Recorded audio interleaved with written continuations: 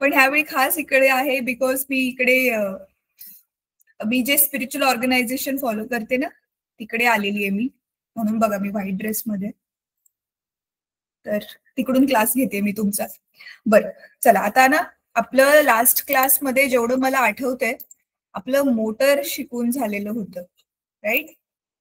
आणि अर्धा चॅप्टर म्हणजे झालेला आहे, आणि ती जी इलेक्ट्रिक मोटर आहे ते खूप महत्वाची आहे.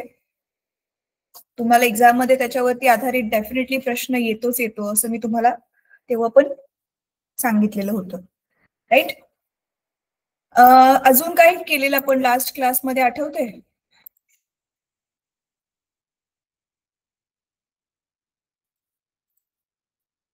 कोण कोण होते लास्ट क्लासमध्ये?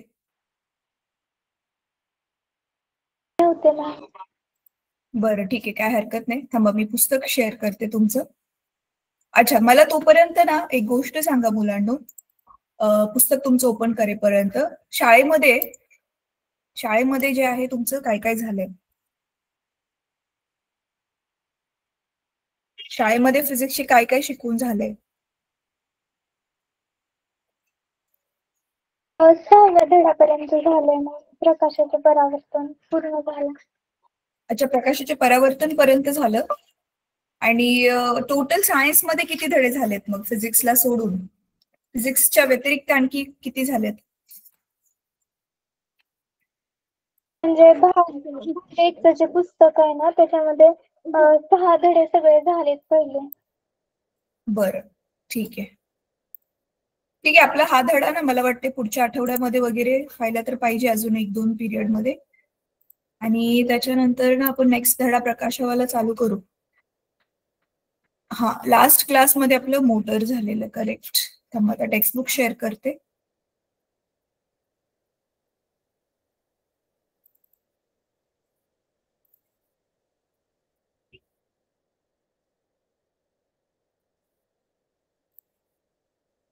अच्छा स्टुडंट्स, तुम्हाला आता जी परीक्षा गेली फिजिक्स मध्ये कुठले कुठले प्रश्न विचारलेले आठवतात?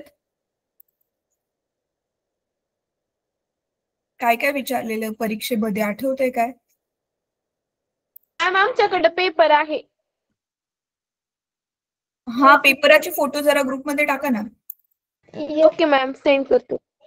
हा, आता लगेच नाही, नंतर टाकलं तरी पण चालेल.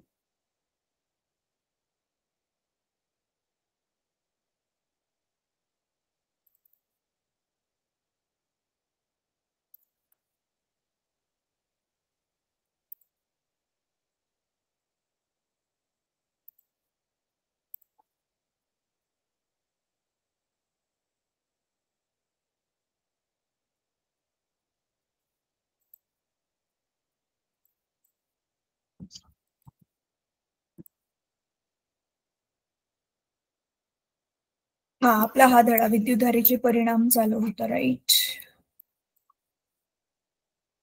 तर आपलं मोटर पर्यंत झालेलं.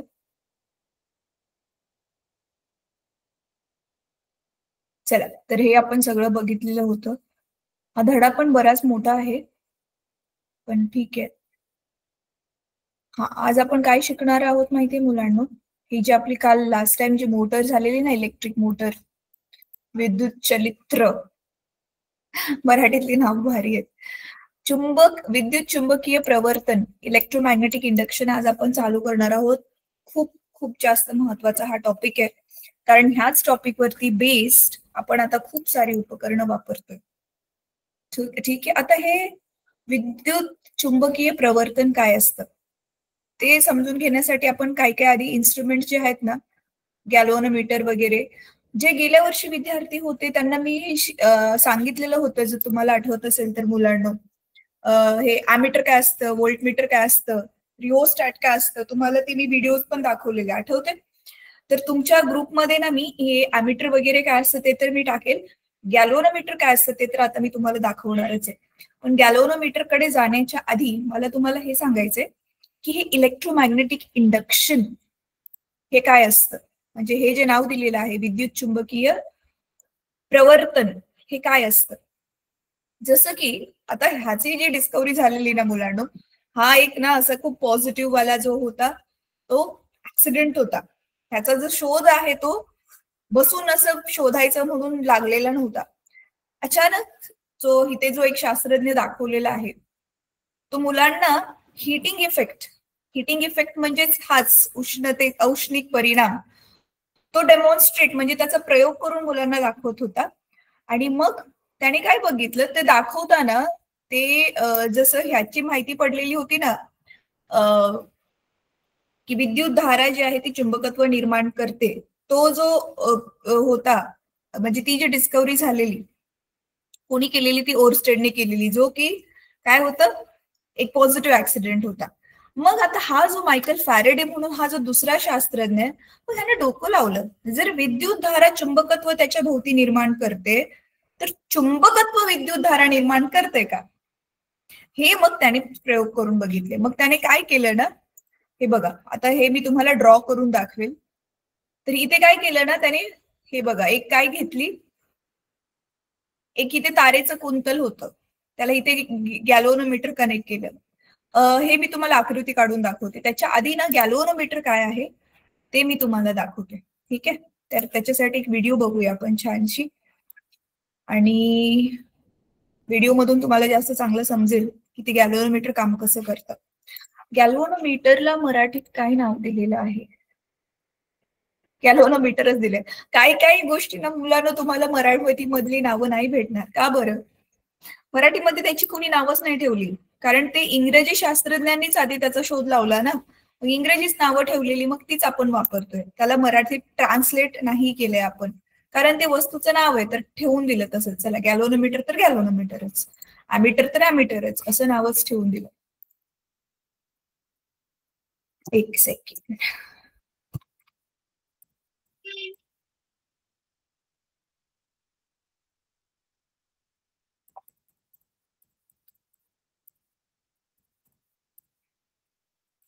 हे तुम्ही अधूनमधून माझ्याशी बोलू शकता हा, काय बोलायचं असेल तर.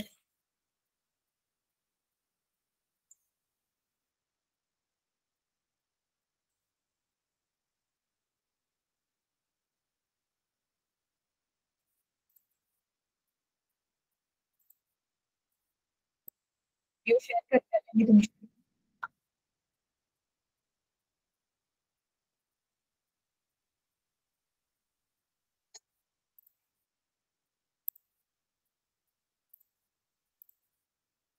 थांबा, माझ्या डिव्हाइसचा व्हॉल्यूम फुल करते.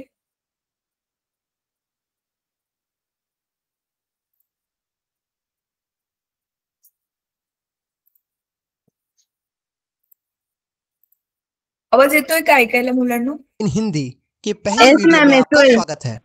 आज नहीं, वीडियोचा आवाज इस वीडियो में हम जानेंगे कि permanent magnet moving coil galvanometer क्या होता है और कैसे कार्य। येतोय व्हिडिओचा आवाज? येस मॅम येतोय मॅम. Yes ma'am. ठीक है, चला वीडियो बघूया करता है। नमस्कार दोस्तों, physics and animation in Hindi के पहली वीडियो में आपका स्वागत है। आज के इस वीडियो में हम जानेंगे कि permanent magnet moving coil galvanometer क्या होता है और कैसे कार्य करता है। गैल्वेनोमीटर क्या है? गैल्वेनोमीटर एक इलेक्ट्रोमैकेनिकल डिवाइस अर्थात विद्युत यांत्रिकी उपकरण है जिसका उपयोग इलेक्ट्रिक करंट का पता लगाने और मापने के लिए किया जाता है। यह एक संवेदनशील इलेक्ट्रोमैग्नेटिक डिवाइस अर्थात विद्युत चुंबकीय उपकरण है जो कम से कम करंट, यहां तक कि कुछ माइक्रो एम्पियर की कम करंट को भी माप सकता है। गैल्वेनोमीटर एक कांस्टेंट मैग्नेटिक फील्ड में एक कॉइल के माध्यम से बहने वाले इलेक्ट्रिक करंट की प्रतिक्रिया में रोटरी डिफ्लेक्शन उत्पन्न करता है और एक एक्चुएटर के रूप में काम करता है। तो चलिए अब बात करते हैं permanent magnet moving coil galvanometer की कंस्ट्रक्शन और वर्किंग के बारे में। Permanent magnet moving coil galvanometer में दो कॉनकेव परमानेंट मैग्नेट होते हैं और जैसा कि हम जानते हैं मैग्नेटिक फील्ड की डायरेक्शन मैग्नेटिक नॉर्थ पोल से साउथ पोल की ओर होती है। इन दोनों कॉनकेव मैग्नेट्स के बीच में कॉपर की तार को एक आयताकार एल्यूमिनियम के फ्रेम पर लपेटा गया होता है। या आयताकार एल्यूमिनियम फ्रेम और कॉइल एक फिक्स एक्सिस पर घूमने के लिए स्वतंत्र होते हैं। इस पूरी व्यवस्था में बाल के समान दो फॉस्फर ब्रॉन्ज के स्प्रिंग होते हैं। पहला स्प्रिंग कॉइल के ऊपरी छोर से जुड़ा होता है और दूसरा स्प्रिंग कॉइल के निचले छोर से जुड़ा होता है। इन दोनों स्प्रिंग्स को दोनों सिरों से स्क्रू की मदद से फिक्स किया जाता है। एक सिलिंड्रिकल सॉफ्ट आयरन कोर को सिमेट्रिकली कॉइल के अंदर रखा जाता है, जिनकी मदद यदि करंट फ्लो कॉइल के लेफ्ट आर्म में करंट ए से बी की ओर फ्लो होने लगती है और कॉइल के राइट आर्म में सी से डी की ओर फ्लो होने लगती है। जैसा कि हम एनिमेशन में देख सकते हैं कि आर्म ए बी में करंट की डायरेक्शन ऊपर की ओर है और आर्म्स ऑपोजिट डायरेक्शन में लगना शुरू कर देते हैं। कॉइल का यह घूमना पॉइंटर को नुकसान से बचाने के लिए counter torque radial magnetic vector के बीच का एंगल है। के लिए मॅग्नेटिक फील्ड वेक्टर और एरिया वेक्टर। अच्छा, ऐका मुलांनो, ह्याच्यामध्ये की नाही आता आपण जे जनरेटर आहे, पुढे हा टॉपिक आहे, त्याच्यामध्ये कसं काम करतं ही अशी सिमिलर वाली एक दुसरी व्हिडिओ बघूयाच। पण ह्याच्यामध्ये हे जे सुरुवातीला दाखवले ना, मला ते दाखवायचं होतं। हे गॅल्व्हनोमीटर मुळामध्ये दिसतं कसं, हे बघा इथे कुठे गेलं रिफ्लेक्शन में डायरेक्शन मैग्नेटिक नॉर्थ पोल से। एक सेकंड,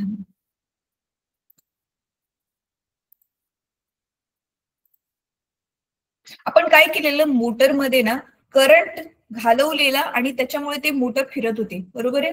आणि ती का फिरत होती ते आपण बघितलेलं होतं।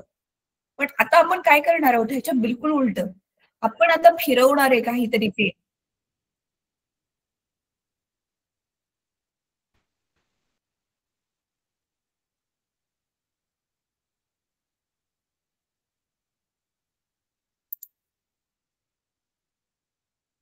ठीक आहे, चला ह्याच्यामध्ये ना गॅल्व्हनोमीटर आतमध्ये कसं बनवलंय ते सगळं दाखवलंय ह्या व्हिडिओमध्ये, बट मी तुम्हाला ड्रॉ करून दाखवते।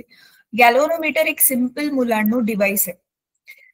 मग डिव्हाइस म्हणजे काय, तुमच्या कारमध्ये कसं स्पीडोमीटर असतं, 10-20 स्पीड वाढत जातोय तसं त्याची स्पीड ते सुई वाढत जाते, तसंच हे पण आहे। फक्त ह्याच्यामध्ये खास काय आहे, अॅमीटर सारखंच हे पण करंट मोजतं, पण ह्याच्यामध्ये खास गोष्ट ही आहे, दोन्ही गोष्ट आहेत। एकतर खूप कमी करंट पण तो मोजू शकतो आणि दुसरं आपल्या जर करंटची दिशा बदलली तर गॅल्व्हनोमीटर राईट लेफ्टला फिरतं। तर आता थांबा मी तुम्हाला दाखवते, मी स्वतःच ड्रॉ करून दाखवते कसं असतं ते एक्झाम्पल म्हणून।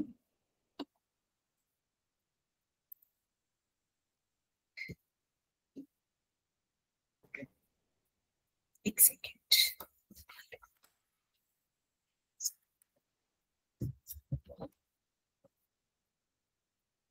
माझा आवाज स्पष्ट येतोय मुलांनो? नेटवर्कचा काही इश्यू नाही वाटत आहे? चला बरं झालं, इथे नेटवर्क चांगले नाही तर मला क्लास नसता घ्यायला जमला। हे बघा काय असतं माहितीये का, ही तर एक ती स्पीडोमीटर मध्ये असते तशीच ही एक स्केल असते। इथे आता ह्याच्यामध्ये मध्ये 0 असतो। आता आपलं सिंपल एक सर्किट आहे, ते सर्किट मध्ये समजा आपण ही आता एक बॅटरी लावली, ठीक आहे, आणि सरळ सरळ ह्या बॅटरीलाच दुसरं तिसरं काही न जोडता सपोज आता आपण त्याला गॅल्व्हनोमीटर जोडलं,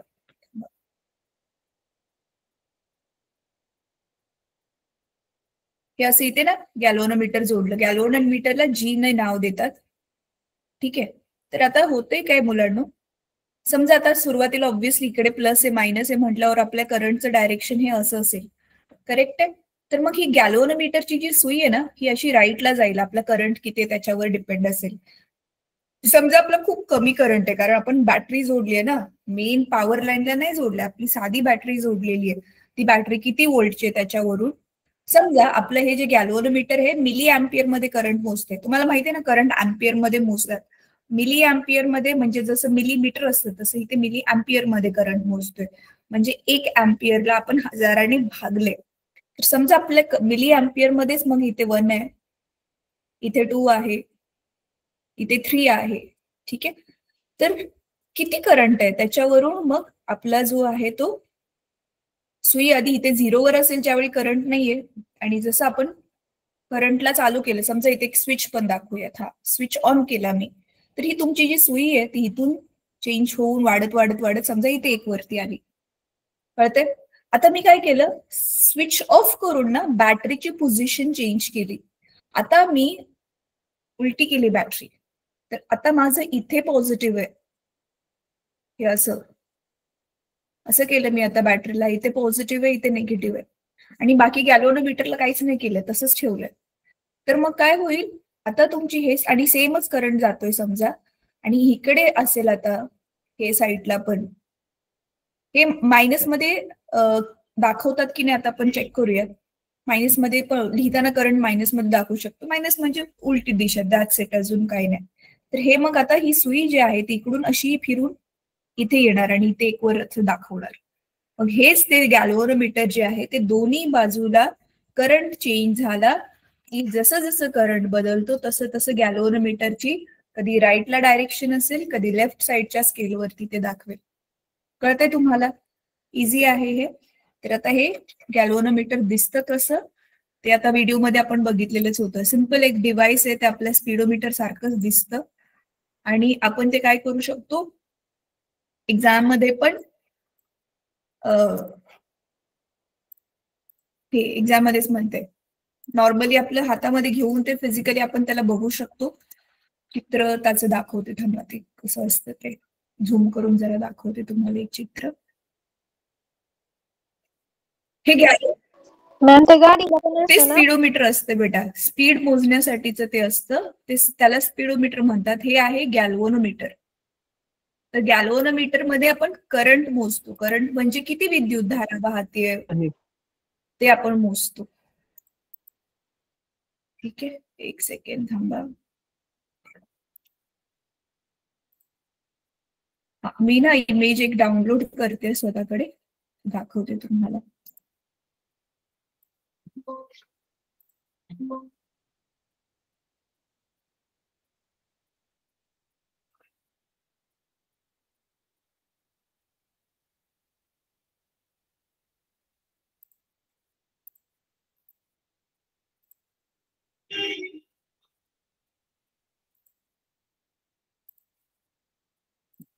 ठीक आहे, चला.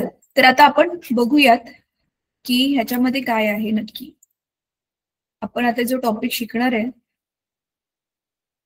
इलेक्ट्रोमॅग्नेटिक इंडक्शन, ह्याच्यामध्ये नक्की काय होतंय. आता ह्याने काय केलंय ना मुलांनो,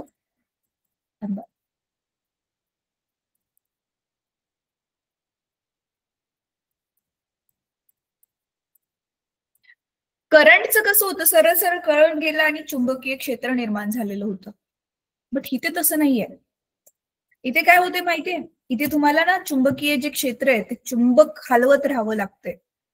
चुंबकाला हलवल्याशिवाय ते करंट इथे नाही जनरेट होत. आता आपण चुंबकाला हलवून इलेक्ट्रिसिटी म्हणजे आपली विद्युत धारा निर्माण करतोय. चला, चांगली वाली एक व्हिडिओ भेटली मला जशी हवी होती.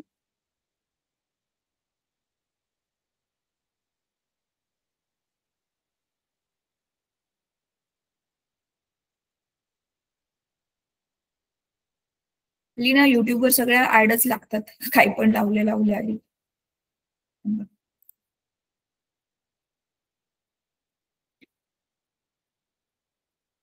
चला, मी दाखवते आता इलेक्ट्रोमॅग्नेटिक इंडक्शन काय आहे.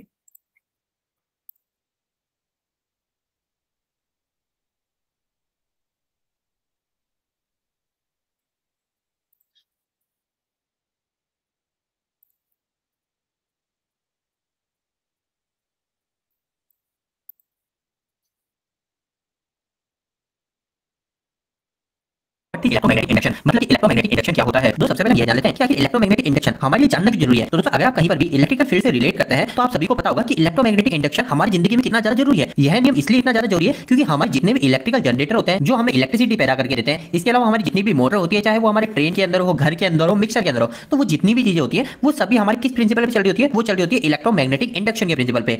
तो अब जब कभी भी हमसे इससे जुड़ा सवाल पूछा जाता है कि आखिर जनरेटर क्या होता है, कैसे काम करता है, तो हम उस समय यही बोलते हैं कि इलेक्ट्रोमैग्नेटिक इंडक्शन के नियम पे काम करता है। और उस समय हमसे वापस से रिपीट में एक और क्वेश्चन पूछा जाता है कि आखिर इलेक्ट्रोमैग्नेटिक इंडक्शन ही क्या होता है, ये नियम हमें क्या बताता है, वही आज के वीडियो में हम जान लेंगे। तो दोस्तों वीडियो को स्टार्ट कर लेते हैं। दोस्तों सबसे पहले तो आप एक पॉइंट यह जान लीजिए कि कहीं पर भी हम इलेक्ट्रोमैग्नेटिक बोले या फिर हम कहीं पे मैग्नेटिक इंडक्शन बोले तो ये दोनों हमारे सेम ही होते हैं। अब इसके बाद में दोस्तों एक और पॉइंट यह काफी जरूरी है कि आखिर इलेक्ट्रोमैग्नेटिक इंडक्शन का जो नियम है, ये नियम हमें किसने दिया था। दोस्तों कहीं पे भी नियम की बात आती है, चाहे ओम्स लॉ के नियम की बात आए, चाहे फ्लेमिंग के लेफ्ट हैंड राइट हैंड नियम की बात आए, तो जो भी नियम होता है, इस नियम का मतलब ये कि कोई एक आदमी था, उस आदमी ने क्या किया, इसको सिद्ध कर दिया। मतलब हमारी मोटर गोल घूम रही है, वो घूम रही है ना मोटर, तो वो किसी ने सिद्ध कर दिया कि हमारी मोटर गोल गोल घूम रही है। तो ये किस आदमी ने सिद्ध किया, वो भी आपसे पूछा जाता है। तो आपसे इसी से जुड़े सवाल भी पूछे जाते हैं। वो ऐसे पूछे जाते हैं कि आखिर इलेक्ट्रोमैग्नेटिक इंडक्शन है, आखिर इसका आविष्कार किसने किया। तो यहाँ पर आपको ध्यान रखना है कि माइकल फैराडे नाम के वैज्ञानिक थे, उन्हीं वैज्ञानिक ने ही हमको इलेक्ट्रोमैग्नेटिक इंडक्शन का नियम दिया था। अब दोस्तों इसके बाद में हम नेक्स्ट पॉइंट यह जान लेते हैं कि आखिर जो इलेक्ट्रोमैग्नेटिक इंडक्शन का नियम है, जो हमें माइकल फैराडे ने बताया था, ये उस समय उन्होंने क्या सिद्ध किया था, कि आखिर ऐसा क्या होता है जो इन्होंने उस समय सिद्ध किया था जिसका नाम इलेक्ट्रोमैग्नेटिक इंडक्शन पड़ा। तो वो हम जान लेते हैं। तो दोस्तों अगर हम कई समय पहले की बात करें, जब बिजली हुआ नहीं करती थी, तो उस समय क्या किया जाता था इलेक्ट्रिसिटी के उपयोग के लिए। उस समय हमारे केमिकल एनर्जी से हम इलेक्ट्रिकल एनर्जी, हमारे मैग्नेटिक फील्ड, इन्होंने इसके ऊपर रिसर्च करने की सोची।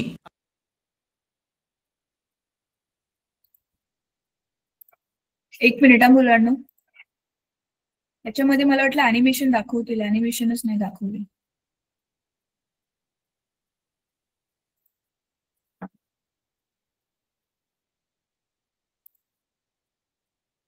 मग मी दुसरा व्हिडिओ दाखवते.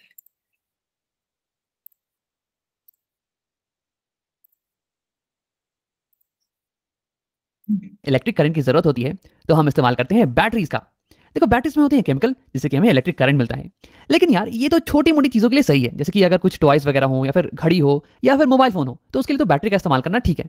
लेकिन अगर मुझे इलेक्ट्रिक करंट को जनरेट करना हो एक बड़े स्केल पे, जैसे कि दुनिया में लाखों करोड़ों घर हैं और उन सारे घरों में अगर मुझे करंट को पहुंचाना है, तो उसके लिए तो यार बहुत बड़ी बैटरी चाहिए होगी, बहुत सारे केमिकल्स का इस्तेमाल करना पड़ेगा।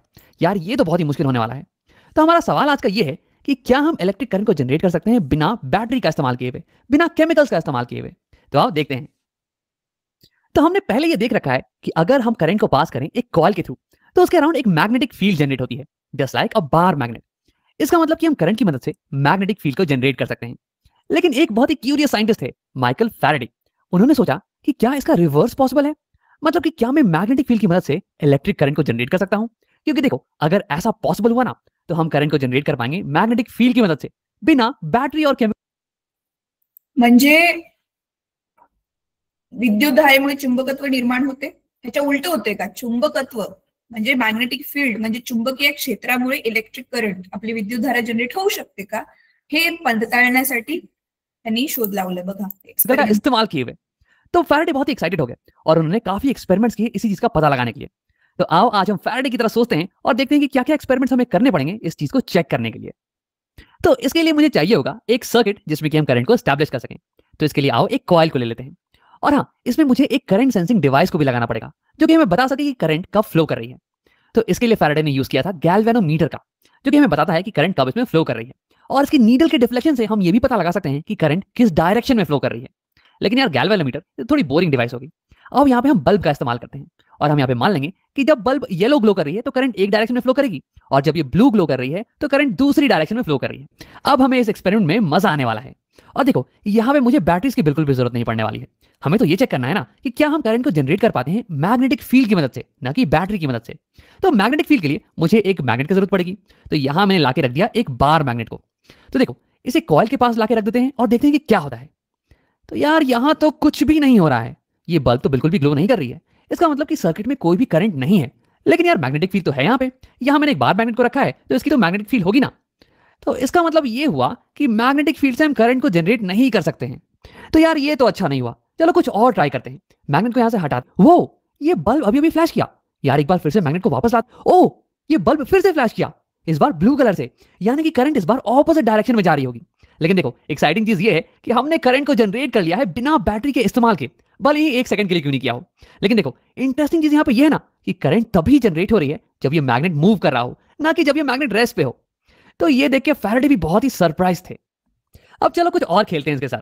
क्या होगा अगर मैग्नेट रेस्ट पे हो और हम कॉइल को मूव करवाएं, क्या तब करंट जनरेट होगी? तो आओ देखते हैं। तो हाँ बिल्कुल, करंट यहाँ पे भी जनरेट हो रही है, बल्ब फ्लैश कर रहा है जब हम कॉइल को मूव कर रहे हैं। तो इसका मतलब कि या तो कॉइल या फिर मैग्नेट, दोनों में से किसी एक को मूव करना पड़ेगा और तभी हमें करंट मिलने वाली है। लेकिन इसका मतलब क्या हुआ यार? अब इसे जानने के लिए फैराडे ने एक और एक्सपेरिमेंट किया, आओ उसे देखते हैं। तो इस बार एक मैग्नेट की बजाय हम एक कॉइल का इस्तेमाल करने वाले हैं, जिसे कि हम कनेक्ट कर देंगे एक बैटरी से। अब देखो आइडिया ये है ना कि जब मैं स्विच को क्लोज करूंगा तो वैसे इसमें करंट फ्लो करने वाली है, जिसके कारण कि एक मैग्नेटिक फील्ड जनरेट होगी। अब हमें ये देखना है कि क्या ये फील्ड इस कॉइल में एक करंट को जनरेट कर पाती है या नहीं। तो इस एक्सपेरिमेंट में मैं इसे प्राइमरी कॉइल बुलाने वाला हूं, जो कि मैग्नेटिक फील्ड को जनरेट कर रहा है। इथे काय केलंय ना मुलांनो, मॅग्नेटच्या ऐवजी तुम्हाला माहिती कॉईल मधून करंट घालवल्यावर कॉईल स्वतः पण मॅग्नेटच बनते, राईट? म्हणून मग Yes, अशी ma'am. कॉईल ज्याच्यामधून आपण करंट घालवून त्याला मॅग्नेट बनवतो त्यालाच आपण म्हणतो इलेक्ट्रोमॅग्नेट. इलेक्ट्रोमॅग्नेट म्हणजे विद्युत धारेमुळे बनलेलं मॅग्नेट. इलेक्ट्रोमॅग्नेटला मराठीमध्ये काय म्हणतात? इलेक्ट्रोमॅग्नेट, विद्युत चुंबक. येस, तर हे विद्युत चुंबक वापरणार आहेत आता. कारण आपलं साधं चुंबक घेण्यापेक्षा विद्युत चुंबक. का बरं? विद्युत चुंबक आपण जास्त स्ट्रॉंग वाला बनवू शकतो, ज्याच्यामधून जास्त करंट घालवून. आणि ते आपल्यावर डिपेंड आहे, कधी त्याला विद्युत चुंबक म्हणून वापरायचं आणि कधी त्याला बंद करून ठेवून द्यायचंय. म्हणून आता इथे काय केलंय, हे कॉईल जी घेतली आणि त्याला बघा इथे सेल जोडलेला आहे. ह्या व्हिडिओमध्ये हे दिसतोय, हा येलो कलरचा पिवळा कलरचा सेल. स्विच पण आहे. स्विच ऑन केला की ही पूर्ण जी कॉईल आहे हीच आता विद्युत चुंबक बनून काम करेल. और इसे मैं सेकेंडरी कॉइल बनाने वाला हूं, जिसमें कि हमें करंट को जनरेट करना है बिना बैटरी के। तो देखो वैसे बेसिकली हम एक मैग्नेट के बजाय बस एक इलेक्ट्रोमैग्नेट का इस्तेमाल कर रहे हैं। तो चलो स्विच को क्लोज करते हैं। और अरे यहाँ पे तो फिर से एक फ्लैश देखने को मिली। तो क्या हो क्या रहा है यहाँ पे? तो देखो यहाँ अभी अभी सर्किट तो क्लोज है, एक करंट फ्लो कर रहा है प्राइमरी कॉइल में, यानी कि इसकी एक मैग्नेटिक फील्ड होने वाली है। लेकिन हमें कोई भी करंट देखने को नहीं मिल रही है सेकेंडरी कॉइल में। हमें बस 1 सेकंड के लिए एक करंट देखने को मिली थी। तो यार ये हो क्या रहा है? तो आप एक बार स्विच को ओपन कर, ओ फिर से एक फ्लैश देखने को मिली। तो फैराडे को ये पता लगाना था कि आखिरकार हो क्या रहा है, क्या कॉमन है इस मैग्नेट के एक्सपेरिमेंट में और इस कॉइल के एक्सपेरिमेंट में। तो क्यों नहीं तुम भी इसे सोचने की कोशिश करो। हिंट ये है कि मैग्नेटिक फील्ड के टर्म्स में ही सोचना। वीडियो को पॉज करो और इसे खुद से सोचने की कोशिश करो। अब अगर तुम नहीं सोच पाए तो घबराने की कोई बात नहीं है, तो ये थोड़ा सा पेचीदा हो जाता है। आओ देखते हैं कि फैराडे ने क्या सोचा। अपने बार मैग्नेट और कॉइल के एक्सपेरिमेंट पे वापस आते हैं। तो देखो फैराडे ने ये नोटिस किया कि जब भी हम मैग्नेट को टुवर्ड्स मूव कर रहे हो, कॉइल के टुवर्ड्स, तब एक फ्लैश देखने को मिल रही है। और जब भी हम इसे अवे मूव कर रहे हो तब हमें एक फ्लैश देखने को मिल रही है। यानी कि करंट तभी जनरेट हो रहा है जब मैग्नेट टुवर्ड्स या अवे मूव कर रहा हो। फिर फैराडे ने magnetic field through the coil K terms में सोचना चालू किया। उन्होंने ये सोचा कि देखो जब हम मैग्नेट को टुवर्ड्स मूव कर रहे हो तो यानी कि magnetic field through the coil, इसकी स्ट्रेंथ बढ़ रही है क्योंकि देखो मैग्नेट पास में आ रहा है और तब हमें एक फ्लैश देखने को मिल रहा है। और जब हम इस मैग्नेट को अवे मूव कर रहे हैं तो फिर magnetic field through the coil, इसकी स्ट्रेंथ कम हो रही है क्योंकि मैग्नेट दूर जा रहा है और तब हमें एक फ्लैश देखने को मिल रहा है। तो यानी कि उन्होंने कहा कि हो सकता है यार जब magnetic field through the coil ये चेंज करे, या तो बढ़ रही हो या तो कम हो रही हो, तभी हमें एक फ्लैश देखने को मिलेगा, तभी एक कॉइल में एक करंट जनरेट होने वाला है। यानी कि मैग्नेटिक फील्ड अगर वेरी करे तब हमें एक करंट मिलता है। लेकिन अगर मैग्नेट स्टेशनरी रखा हुआ हो तो देखो अभी भी मैग्नेटिक फील्ड जा रही है कॉइल के थ्रू, लेकिन ये चेंज नहीं कर रही है और यहाँ पे कोई भी करंट हमें नहीं देखने को मिल रहा है। यानी कि changing magnetic field through a coil, ये कॉइल में एक करंट को जनरेट करने वाली है। अब आओ इसी चीज को अपने सेकेंड एक्सपेरिमेंट में अप्लाई करके देख लेते हैं। तो देखो इस केस में हमें फ्लैश तब देखने को मिल रही थी जब हम स्विच को क्लोज कर रहे हो या फिर जब हम स्विच को ओपन कर रहे हो। देखो बीच में हमें कोई भी फ्लैश नहीं मिल रही थी। तो यार यहाँ पे क्या हो रहा है? तो देखो जब हम स्विच को क्लोज करते हैं तो फिर सर्किट में एक करंट फ्लो करना चालू कर देता है। अब मान लो कि इस करंट की वैल्यू कुछ 1 एम्पियर के बराबर हो। तो जब स्विच ओपन था तो फिर कोई भी करंट फ्लो नहीं कर रही थी, 0 एम्पियर की करंट थी। और जैसे ही मैंने स्विच को क्लोज किया तो फिर इसमें 1 एम्पियर की करंट आ गई। लेकिन यार मेरा सवाल ये है कि क्या करंट 0 से 1 ये तुरंत इंक्रीज करती है जैसे ही हम स्विच को ऑन करते हैं? तो नहीं, जब हम स्विच को ऑन करते हैं तो करंट धीरे धीरे 0 एम्पियर से 0.1 एम्पियर, 0.2, 0.3 ऐसे करते करते ये 1 एम्पियर तक इंक्रीज करती है। देखो हाँ, ये पूरा प्रोसेस बहुत ही जल्दी होता है, कुछ मिली सेकंड्स के अंदर ही, इसलिए हमें पता नहीं पड़ता है। लेकिन हाँ, करंट धीरे धीरे इंक्रीज कर रही होती है। यानी कि कुछ मिली सेकंड्स के अंदर करंट 0 एम्पियर से 1 एम्पियर तक पहुंच जाता है। अब क्योंकि करंट इंक्रीज कर रहा है तो यार इसके कारण जो मैग्नेटिक फील्ड जनरेट होगी ना, वो भी धीरे धीरे इंक्रीज करने वाली है। यानी कि हम ये भी कह सकते हैं कि magnetic field through the coil ये धीरे धीरे इंक्रीज कर रहा है। अब देखो अगर कॉइल के थ्रू मैग्नेटिक फील्ड ये चेंज करे तो यानी कि इसमें एक करंट जनरेट होने वाली है। तो यानी कि 1 मिलीसेकंड के लिए इसमें एक करंट होगी और हमें एक फ्लैश देखने को मिलने वाला है। अब देखो एक बार जब करंट ये इंक्रीज होकर 1 एम्पियर तक पहुंच गई, उसके बाद तो करंट चेंज नहीं करने वाली है। यानी कि मैग्नेटिक फील्ड ये भी कांस्टेंट हो जाएगी, ये चेंज नहीं करेगी। यानी कि फील्ड थ्रू द कॉइल ये अब चेंज नहीं करने वाली है। तो यानी कि हमें कोई भी करंट नहीं मिलेगा। एक बार ये स्विच बंद हो जाए और करंट मैक्सिमम हो जाए तो फिर कोई भी करंट नहीं मिलने वाला। मतलब कि सेकेंडरी कॉइल के थ्रू मैग्नेटिक फील्ड ये रिड्यूस हो रही है, ये चेंज कर रही है। ठीक आहे, थांबा आता मी गॅल्व्हनोमीटर पण दाखवते. मी ओपन केले माझ्याकडे.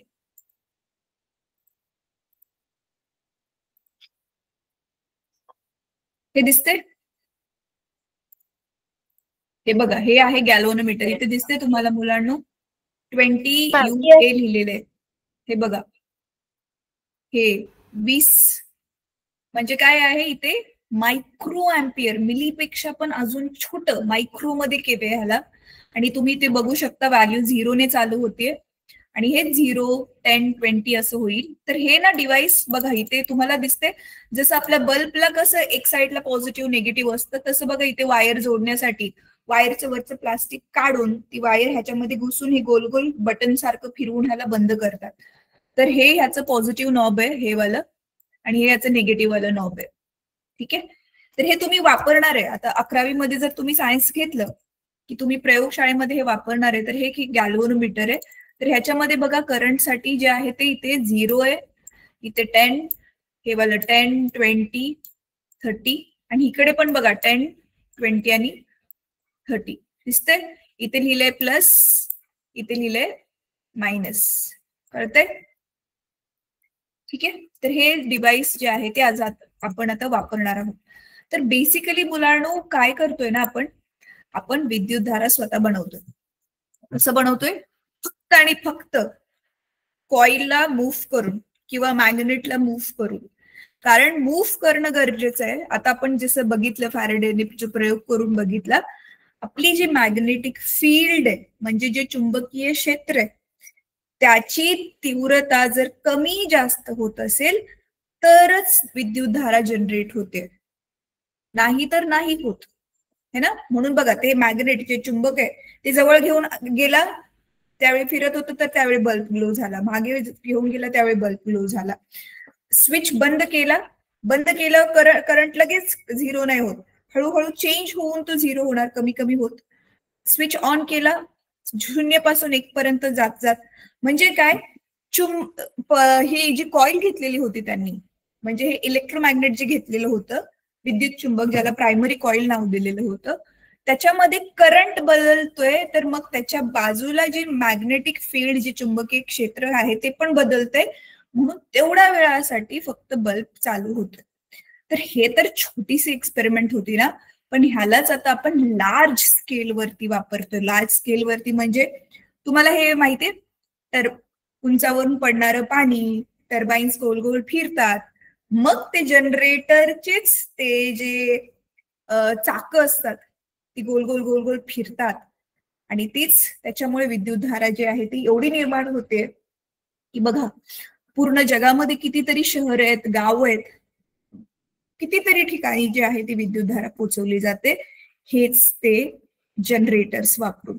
ठीक आहे, जनरेटर्स म्हणजे काय, जनरेट करणं, निर्माण करणं, जे विद्युतधारा निर्माण करतात. ठीक आहे, तर आता आपण ते बघणार आहोत की आता हा जो प्रिन्सिपल आहे, हा जो नियम आहे, की आपण काय करू शकतो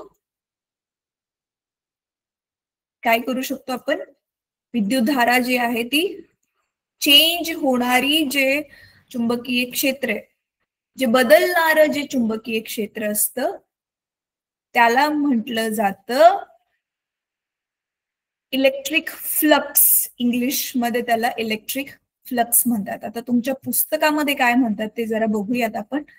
आता ह्याच्यासाठी ना मुलांनो पण एक नियम होता.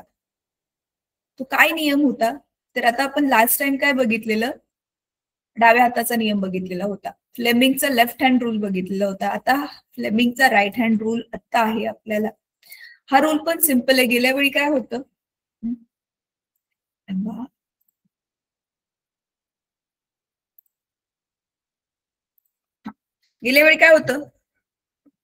काय बघितलेलं आपण, एखादा रॉड ज्याच्यामधून करंट चाललाय तो रॉड स्वतः आता चुंबक बनणार आहे, इलेक्ट्रोमॅग्नेट बनणार आहे, विद्युत चुंबक बनणार आहे. त्याच्यामधून आपण काय घालवली, विद्युतधारा.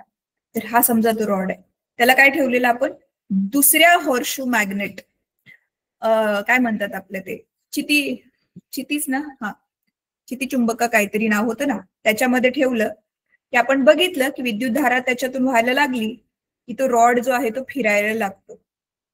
राईट, तेच ते फिरणं वापरूनच तर आपण इलेक्ट्रिक मोटर बनवलेली, करेक्ट ना. म्हणजे आपण ह्याच्यामध्ये धारा घालवली आणि चुंबक पण ठेवलं, की मग आपण रॉडला फिरवू शकतो गोल गोल गोल गोल, आणि तेच वापरून आपण इलेक्ट्रिक मोटर वापरली, जे आपल्या फॅनमध्ये असते, खूप साऱ्या बाकीच्या उपकरणांमध्ये पण असते, जे आपण लास्ट टाइम बघितलेलं होतं. आता उलट काय करणार आहे, आता विद्युत धारा वापरून आपण रॉडला फिरवत होतो, राईट. आता उलट करणार आहे, आता आपण रॉडला फिरवणार आहे किंवा आपल्या मॅग्नेटला फिरवणार आहे, त्याच्यामुळे आता विद्युत धारा जनरेट होणार आहे, विद्युत धारा निर्माण होणार आहे. ना आपण सेल वापरणार आहे, ना बॅटरी वापरणार आहे, काहीच नाही, विद्युत धारा आपण निर्माण करतोय. त्याच्यामुळे ऑलरेडी आहे ती विद्युत धारा आता इथे आपण वापरणार नाहीये. ठीक आहे, चला आता अजून जनरेटर बद्दल मी तुम्हाला एक्सप्लेन करू. त्याच्या आधी ना मला पुस्तकामधल्या हा काही गोष्टी तुम्हाला एक्सप्लेन करायच्या. आता इथे काय होतंय ना मुलांनो, मी माझी एंटायर स्क्रीनच घेते.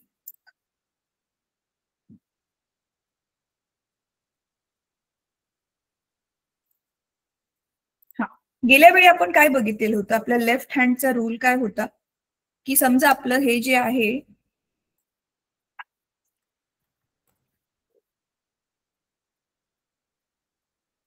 आपलं हे वालं जे इंडेक्स फिंगर आहे, काय बघितलेलं होतं, जर ही आपली विद्युत धारेची दिशा असेल आय, आणि ही आपली जी आहे ती इंडेक्स फिंगर म्हणजे हे वालं बोट, तर ही जर आपली कशाची दिशा असेल, मॅग्नेटिक फील्ड आपण बी ने नाव दिलेलं होतं.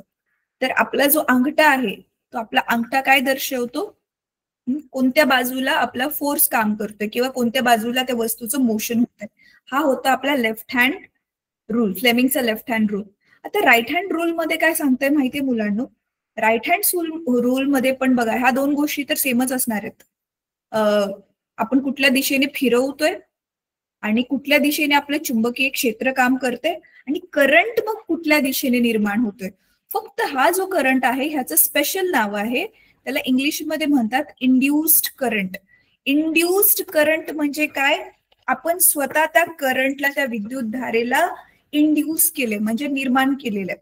ठीक आहे, तर बघा हा आता पुस्तकामध्ये हा दिसतोय तुम्हाला, तर काय दाखवलेलं आहे, विद्युत वाहकाची गती, कोणत्या दिशेला आपण त्याला त्या कॉइलला म्हणा किंवा चुंबकाला कोणत्या दिशेने गती देतोय. तर ही समजा वरती घेऊन चाललोय आपण, लांब असं खालून वर घेऊन चाललोय, कळतंय.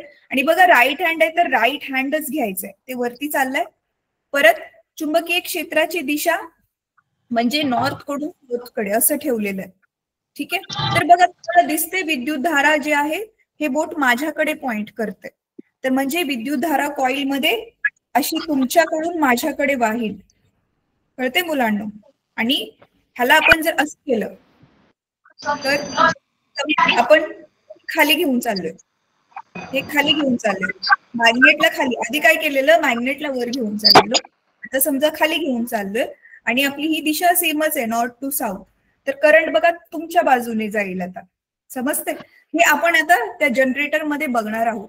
तर आता तुम्हाला काय करायचंय मुलांनो, हे बघा हे सगळं मी तुम्हाला व्हिडिओ मधून वगैरे एक्सप्लेन केलंय, फक्त हे तुम्ही वाचून घ्या आता, की हे गॅल्व्हनोमीटर काय आहे मी तर ऑलरेडी सांगितलं तुम्हाला, हे इलेक्ट्रोमॅग्नेटिक इंडक्शन पण काय असतं ते पण मी तुम्हाला एक्सप्लेन केलंय. आता हे तुम्हाला काय करायचंय, हे तेच गॅल्व्हनोमीटर, इथे बॅटरी लावलेली आहे बघा, तर हेच ते तारेची कुंतल घेऊन बघा बॅटरीतून करंट वाहिल्यानंतर ह्याच्यामध्ये गॅल्व्हनोमीटर मध्ये बघा त्यांनी काय घेतलेलं, गॅल्व्हनोमीटरच्या ऐवजी बल्ब घेतलेला, बल्ब ग्लो झालेला. तर इथे गॅल्व्हनोमीटर काय करेल, दोन्ही बाजूला डिफ्लेक्शन दाखवेल, डिपेंडिंग ऑन की करंटची कुठली दिशा आहे. एका बाजूला करंट असेल तर समजा राईटला दाखवते, आणि करंटची दिशा बदलली तर ते लेफ्टला जाईल. ठीक आहे, तेच दाखवलेलं आहे इथे. हे बघा, कुंतल स्थिर ठेवूनही कुंतलातील विद्युत धारेत बदल केला तरीही कुंतलात विद्युत धारा निर्माण होते. कुंतलाला स्थिर ठेवलंय पण विद्युत धारेत बदल केला, तेच स्विच ऑन ऑफ करते, स्विच ऑफ करताना पण बल्ब लागलेला, स्विच चालू केला तर काढून घेतला तरी पण बल्ब लागलेला, राईट. तेच मग त्याच्यामुळे विद्युत धारेत बदल झालेला होता, तेच इथे सगळं दिलेलं आहे. ठीक आहे, आता हा जो आहे हा नियम पण आपण समजून घेतला. अच्छा, आता काय करायचंय आपल्याला, हे सगळं माहिती आता आपण केलेली आहे, ही सगळं जे वापरून आज आपण काय करणार आहोत. अच्छा, अल्टरनेटिंग करंट काय असतं, डायरेक्ट करंट काय असतं ना मुलांनो, हे मी तुम्हाला ना ठीक आहे आताच एक्सप्लेन करते, मग इलेक्ट्रिक जनरेटर डिटेलमध्ये आपण पुढच्या क्लासमध्ये बघू, कारण हे जरा थोडस किचकट आहे समजायला, पण हे खूप महत्वाचं आणि इंटरेस्टिंग पण आहे हा मुलांनो. तेच आहे बघा, इलेक्ट्रिक जनरेटर, विद्युत जनित्र, ज्याच्यामुळे विद्युत धारा निर्माण होते, ज्याच्यावरती आता पूर्ण जग जसं की काम करते.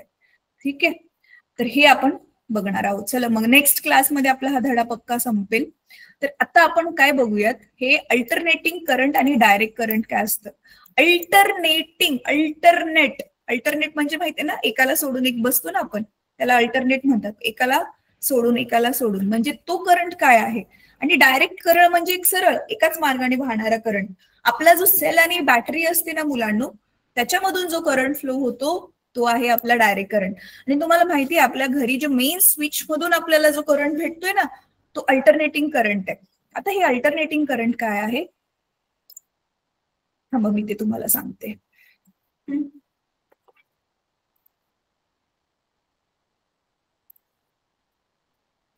हा चॅप्टर ना, हे माझे ना हे वाले चॅप्टर्स असे फेवरेट होते. एक तर इलेक्ट्रिसिटी आणि लाईट, हे दोन टॉपिकशी रिलेटेड चॅप्टर्स माझे फेवरेट असायचे. तुमचे कोणते आवडतात तुम्हाला? मला ते 9वीचा जो सिलेबस आहे ना, ते गतीचे नियम वगैरे, ते पण म्हणजे ठीक आहे, मी शिकवते आणि मला ते समजतं, पण मला त्यावेळी पण ते समजायचं, पण एवढं चांगलं नव्हतं समजत जेवढं हे विद्युत धारा आणि लाईट वगैरे समजायचे.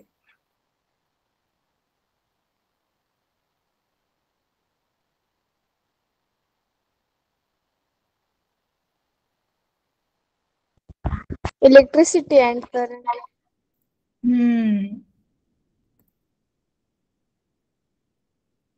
अच्छा, हे ना अल्टरनेटिंग करंट तर ह्यांनी ह्याच्यामधूनच दिलंय मुलांना. आपली जी, पण ठीक आहे, हरकत नाही, चला तसंच करूयात आपण.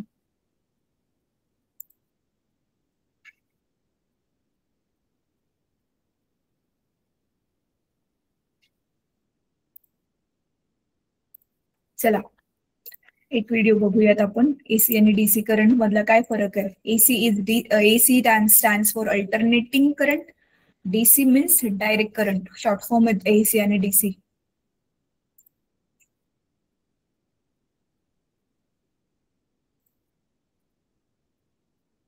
करंट की जरूरत क्यों पड़ी, हमने एसी को डीसी के ऊपर क्यों चुना, दोनों में कौन खतरनाक है, मीटर कैसे काम करता है, मैग्नेटिक लेविटेशन, एचवीडीसी और भी बहुत कुछ। शुरू करते हैं करंट से। देखो भाई, करंट वर्ड बहुत बदनसीब है। इसका नाम सुनते ही लोग इसे बिजली से जोड़ देते हैं, लेकिन करंट का अर्थ होता है प्रवाह यानी बहाव। जैसे पानी के बहाव को वाटर करंट कहते हैं, ऐसे ही इलेक्ट्रिसिटी के बहाव को इलेक्ट्रिक करंट कहा जाता है। अब अगर पानी के बहाव में वाटर मॉलिक्यूल्स चल रहे हैं, तो इलेक्ट्रिसिटी के बहाव में कौन चल रहा है, तो वो है इलेक्ट्रॉन्स। अब सवाल आता है कि इलेक्ट्रॉन्स चल क्यों रहे हैं। न्यूटन चाचा तो बोल गए थे कि बिना एक्शन के कोई रिएक्शन ना आता, तो उस हिसाब से बिना धकेले इलेक्ट्रॉन तो ना चलता। तो यहाँ धक्का कौन लगा रहा है, इन इलेक्ट्रॉन्स को धक्का लगाने का काम कर रही है ईएमएफ। अब ये नया नमूना कौन है, हाँ, इसे हम समझेंगे जनरेटर और मोटर वाली वीडियो में। अभी के लिए ये जान लो कि यही है वो विलन जिसने इलेक्ट्रॉन्स का जीना हराम कर रखा है, इसी की वजह से वो चलते हैं। तो इसका मतलब तो ये हुआ कि ईएमएफ लगाओ और बिजली चलाओ। अब क्योंकि हर चीज एटम से बनी है जिसके अंदर इलेक्ट्रॉन तो है, तो लकड़ी, प्लास्टिक और कांच जैसी चीजों पर ईएमएफ काहे काम नहीं करती। उनके इलेक्ट्रॉन का भी तो मन करता है थोड़ा बहुत इधर उधर टहलने का, तो उनमें करंट क्यों नहीं फ्लो करता। तो इसका कारण है फ्री इलेक्ट्रॉन की कमी। अब आप ये बताओ, अगर आप अपने घर में बैठकर डोरेमोन देख रहे हो, तो स्कूल में टीचर कितना भी गला फाड़ के चिल्ला ले, आपको उससे घंटा फर्क ना पड़ने वाला, क्योंकि स्कूल के लिए आप हो एब्सेंट। ठीक उसी तरह से इन चीजों में फ्री इलेक्ट्रॉन एब्सेंट है, तो ईएमएफ से कोई फर्क ना पड़ने वाला, इसीलिए इन चीजों को इंसुलेटर कहते हैं। अब ईएमएफ को जितना कीर्तन करना है वो कर ले, करंट तो ना चलने वाला। अब आप सोच रहे होंगे, पर सर न्यूटन का क्या, अब इलेक्ट्रॉन चल रहे हैं तो उसके खिलाफ भी तो कोई रिएक्शन होना चाहिए। हाँ जी बिल्कुल होगा, और वो है रेजिस्टेंस। रेजिस्टेंस का काम ही है इलेक्ट्रॉन के फ्लो को रोकना। पीछे से ईएमएफ धक्का लगा रही है और आगे से रेजिस्टेंस उसको रोक रहा है। इन सब के बीच में पिस रहा है बेचारा इलेक्ट्रॉन, पर फायदा अपना ही है। देखो, ईएमएफ यानी वोल्टेज बोलेगा इलेक्ट्रॉन्स को चल बेटा दौड़ो, रेजिस्टेंस बोलेगा ई ना चल बे, मेरे होते हुए तुम ऐसे तो ना दौड़ पाओगे। अब इलेक्ट्रॉन और रेजिस्टेंस की इस लड़ाई में माहौल हो जाएगा गर्म, यानी बनेगी हीट, और बाहर बैठकर हम इनकी लड़ाई में अपने हाथ सेकेंगे, यानी इस हीट का फायदा उठाकर बनाएंगे इलेक्ट्रिक प्रेस, हीटर, टोस्टर और भी बहुत कुछ। अब यहाँ आता है एक सवाल, क्या सभी कंडक्टर्स के पास रेजिस्टेंस होता है, तो इसका जवाब है हाँ बिल्कुल, लेकिन सबके पास बराबर नहीं होता। इसीलिए जहाँ हीट की जरूरत होगी वहाँ हाई रेजिस्टेंस वाले यानी नाइक्रोम टंगस्टन जैसे कंडक्टर, और जहाँ हीट नहीं चाहिए वहाँ पर कम रेजिस्टेंस वाले यानी कॉपर सिल्वर जैसे कंडक्टर का इस्तेमाल करेंगे। पर अगर रेजिस्टेंस 0 हो जाए तो वो कहलाएंगे सुपर कंडक्टर। लेकिन फायदा क्या होगा? सुपर कंडक्टर बनाकर हम क्या उखाड़ लेंगे? काहे इनको बनाने की माथापच्ची की जाए? देखो भैया, सुपर कंडक्टर का पूरा और सही इस्तेमाल विज्ञान की दुनिया में अगला मील का पत्थर होगा, क्योंकि जिस कंडक्टर का रेजिस्टेंस 0 है उसमें रेजिस्टेंस की वजह से एनर्जी लॉस तो ना होने वाला। यानी उससे हम बना सकते हैं particle accelerator, quantum computer, magnetic levitation और भी ना जाने क्या क्या। उदाहरण के लिए आप मैग्नेटिक लेविटेशन को ही ले लो। इस टेक्नोलॉजी में मैग्नेटिक फील्ड का इस्तेमाल करके हम ऑब्जेक्ट को हवा में लटकाते हैं बिना किसी फिजिकल कॉन्टैक्ट के। और भविष्य की हाई स्पीड ट्रेन भी इसी कॉन्सेप्ट पर चलने वाली है। इसके बारे में बताने को बहुत कुछ है और एक अलग से वीडियो बनाना ही सही रहेगा। पर सवाल आता है ये, आखिर ये सुपर कंडक्टर बनेंगे कैसे? सुपर कंडक्टर बनाने के लिए कुछ खास मटेरियल को एब्सोल्यूट 0 टेम्परेचर के आसपास ठंडा करने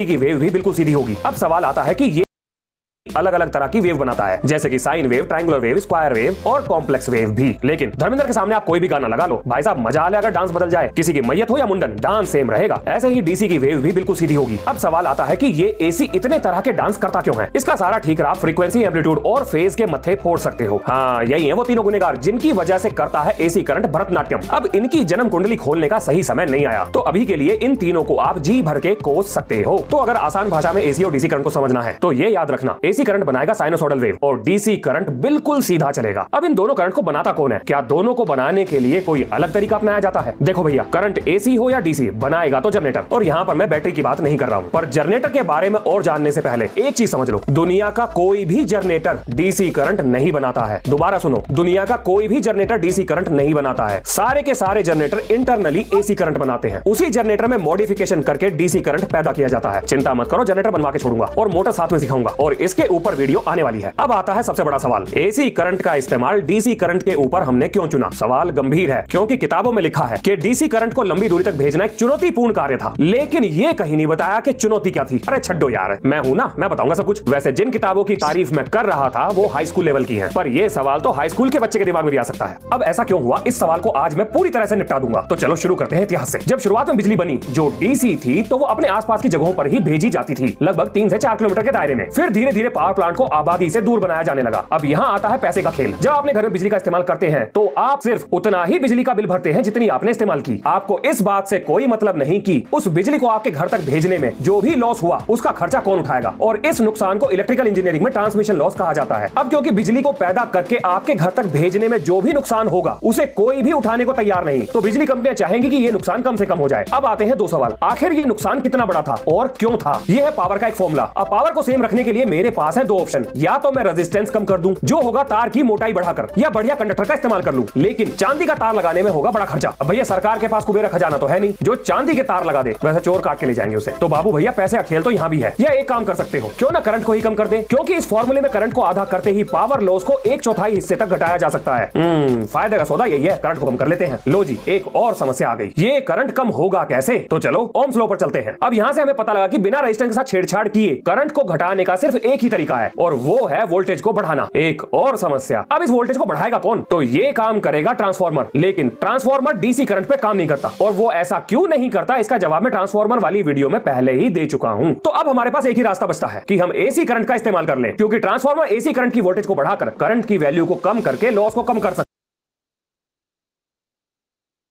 अच्छा ठीक आहे मुलांनो, इथे ना थोडंसं तुम्हाला समजलं असेल किंवा काहीच समजलं नसेल, इट्स ओके, मी एक्सप्लेन करते. ह्याच्यामध्ये सांगितलंय काय, जनरल माहिती तर तुम्हाला मिळाली. लास्ट टाइम जे सुरुवातीला बघितलेलं होतं ते गेल्या वर्षीच आपण बघितलेलं आहे. रेजिस्टन्स काय असतो, कसा निर्माण होतो, व्होल्टेज काय आहे, आपली जी सेल आहे, बॅटरी आहे, ते व्होल्टेज प्रोव्हाइड करते, त्याच्यामुळेच ते फ्री इलेक्ट्रॉन फिरू शकतात, राईट. हे सगळं तर आपण बघितलेलं होतं. आता विद्युत धारेचा शोध लागल्यावरती जी विद्युत धारा सुरुवातीला आलेली ती होती डायरेक्ट करंट. डायरेक्ट करंट म्हणजे मुलांना सिंपल गोष्ट आहे. डायरेक्ट म्हणजे एकाच दिशेमध्ये वाहणारी, आणि अल्टरनेटिंग म्हणजे अर्ध्या सायकल वरून जी स्वतःची दिशा बदलते. ती जनरेटरच्या वेळी आपण शिकणारच आहोत. आता मी तुम्हाला जर इथे शॉर्ट मध्ये सांगितलं, डायरेक्ट म्हणजे काय मॅम? डायरेक्ट म्हणजे सरळ एकाच दिशेमध्ये राहणारी.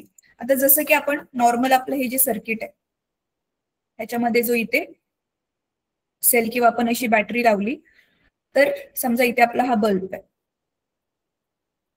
ठीक आहे. जर विद्युत धारा जर वाहत असेल तर हा आपला बल्ब ग्लो होईल. तर इथे समजा आपण हे ह्याला नाव दिलं ए आणि इकडे नाव दिलं बी, तर ही आपली जी दिशा आहे तर ह्या करंटची जी दिशा आहे ए कडून बी कडे, तर हे आहे आपला डायरेक्ट करंट म्हणजे डीसी.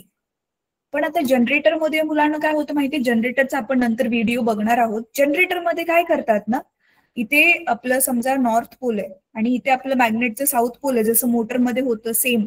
तुम्हाला आठवते मग आपण इथे एक जी आहे ती कॉईल घेतलेली होती आणि काय केलेलं होतं आपण, ती जी कॉईल आहे ती त्या ऍक्सेल मध्ये वगैरे टाकून तिलाच आपण इथे काय केलेलं होतं, बॅटरी लावलेली होती आणि त्या बॅटरीमधून मग करंट वाहत असल्यामुळे मग काय झालेलं, इथे ती मोटर ही फिरायला लागली, ही कॉईलच गोल गोल गोल गोल फिरायला लागली. आठवते ना तुम्हाला?